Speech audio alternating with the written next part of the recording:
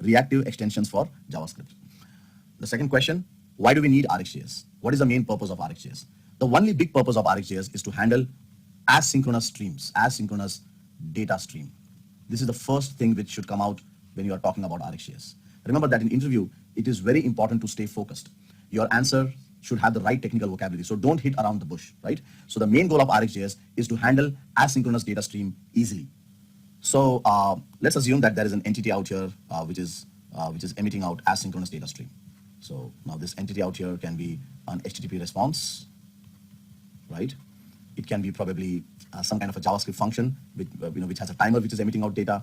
It can be a port which is actually emitting out data. So it can be any kind of entity who is emitting out asynchronous data. Asynchronous data means data is emitted out. Let's say you have some data which is coming in 1 second, and in the next second there is some other data which is coming in. So data comes in small time intervals, right?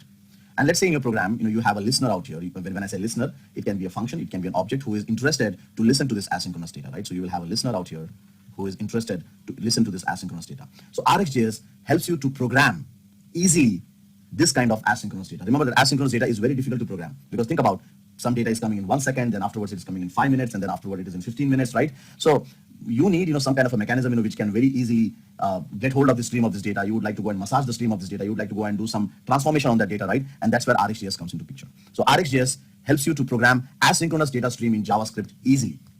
RxJS interviews are never completed without this question. What are observers and what are observables? So we said in the previous question that RxJS helps you to handle asynchronous data stream very easily in JavaScript, right? Now, so this is the asynchronous data. Now this asynchronous data can be this can be a function, this can be an object, this can be an HTTP stream which is coming in, this can be a port, this can be a timer. We don't know what kind of entity this can be. And also at the right hand side, this can be a function, this can be an object, again, this can be any kind of entity. So what RxJS says is that whatever is this entity, first convert it into an observable object. So this asynchronous data, first thing, if you want to start this stream communication between both of these entities, you have to first convert it into an observable object. So observable is an RxJS object which actually emits out data stream.